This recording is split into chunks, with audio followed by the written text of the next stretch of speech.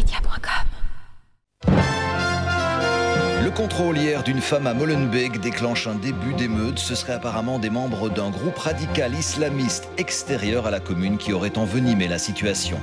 L'ouverture ce vendredi à Mons du procès de Mohamed Jratlou. L'homme est accusé d'avoir tué son fils, le petit Younes, en 2009. Nous y serons en direct avec vous, Ludovic Delory. J'ai le grand plaisir de pouvoir vous présenter notre invité d'aujourd'hui. Car comme vous le savez, invité au cercle Philippe Delusine a du sens.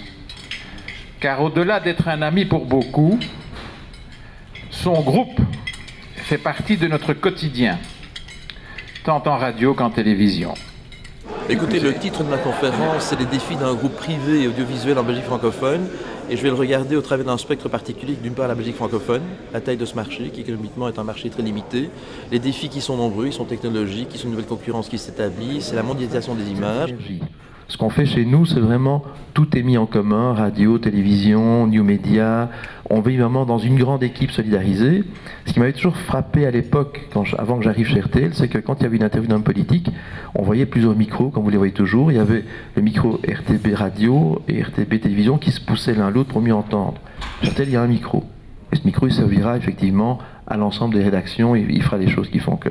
Donc, deux clés du succès, proximité, synergie, qui fait que nous sommes leaders, et qui confirme le fait que Eric mentionne que quand je parle de crise, effectivement, on n'est jamais à l'abri d'une crise, mais on souffre un peu plus tard, et un petit peu moins que les autres, parce qu'on est effectivement leader, et être leader, c'est fondamental dans notre métier.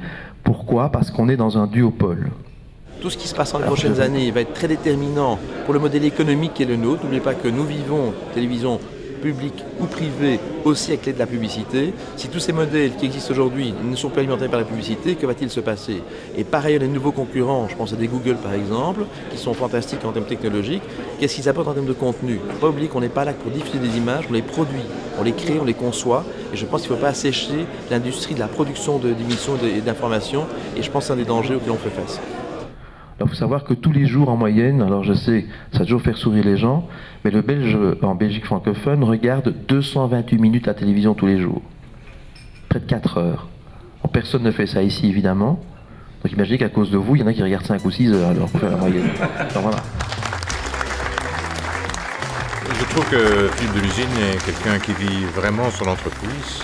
C'est quelqu'un qui est passionné par le secteur dans lequel il travaille et donc c'est toujours intéressant d'écouter quelqu'un qui parle avec passion de son métier. J'ai appris beaucoup de choses sur effectivement ce rôle central de l'information sur une chaîne de télévision, ce qui permettait vraiment à ce point de capter l'audience qui allait regarder alors les émissions avant le journal, après le journal, que c'était un tel élément moteur et de différenciation d'une telle chaîne de télévision. Et voilà, donc c'était dit avec beaucoup de précision, de clarté, instructif, excellent. Je ne regrette pas d'être venu ce midi comme régulièrement au cercle.